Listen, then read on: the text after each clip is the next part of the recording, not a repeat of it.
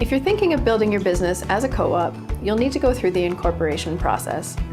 This process of creating a legal corporate entity will require the completion of documents like articles of incorporation and bylaws.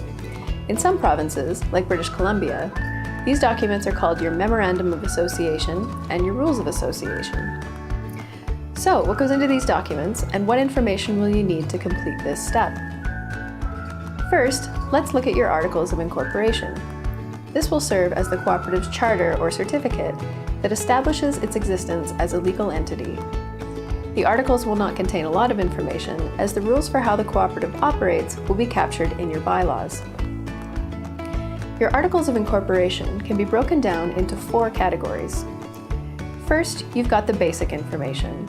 Your articles will identify the name of the cooperative and its location.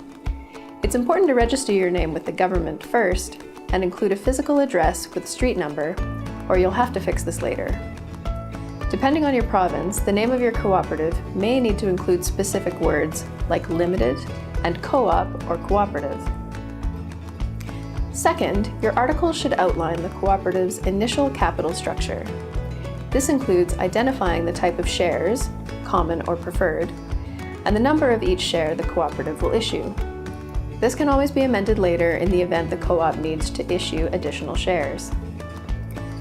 Third, your articles will contain several provisions that detail the organization and how it will or will not operate. This includes a brief statement about the cooperative's purpose, any restrictions on the business that the co-op can carry on, and any provisions necessary for the establishment of the co-op.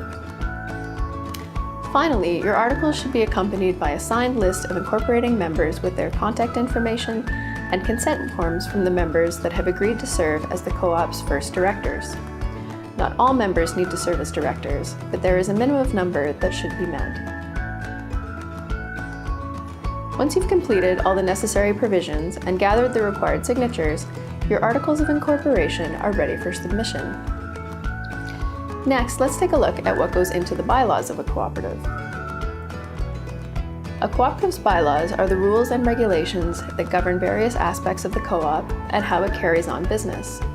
Bylaws are much more comprehensive than Articles of Incorporation and should be reviewed regularly to determine if updates are required.